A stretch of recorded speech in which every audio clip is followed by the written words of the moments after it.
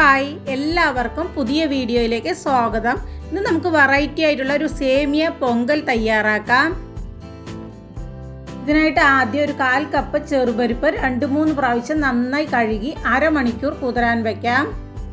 ഇനി ഒരു പാത്രത്തിലേക്ക് 1 ടേബിൾ സ്പൂൺ നെയ്യ് ചേർത്ത് കുറച്ച് തേങ്ങ ചെറുതായി അരിഞ്ഞ് ചേർത്ത് ചെറിയൊരു ഗോൾഡൻ കളറിലേക്ക് വരുമ്പോൾ കുറച്ച് അണ്ടിപ്പരിപ്പ് ചേർത്ത് ഗോൾഡൻ കളറിലാവുമ്പോൾ വറുത്ത് കോരി മാറ്റി വയ്ക്കാം.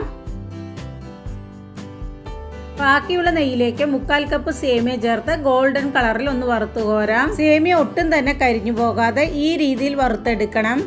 ഇവിടെ ഒരു പാത്രത്തിൽ കുറച്ച് വെള്ളം തിളയ്ക്കാൻ വെച്ചിട്ടുണ്ട്. തിളച്ച് വരുമ്പോൾ ചെറുപരിപ്പ് ചേർത്ത് അടച്ചു വെച്ച് ചെറുതായി ഒന്ന് സോഫ്റ്റാക്കി വേവിച്ചെടുക്കാം.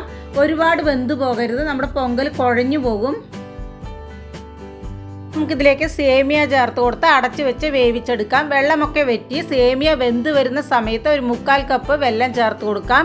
സേമിയ വെന്ത ശേഷം മാത്രമേ വെള്ളം ചേർക്കാൻ പാടുള്ളൂ, ഇല്ലെങ്കിൽ സേമിയ വെന്ത് കിട്ടില്ല.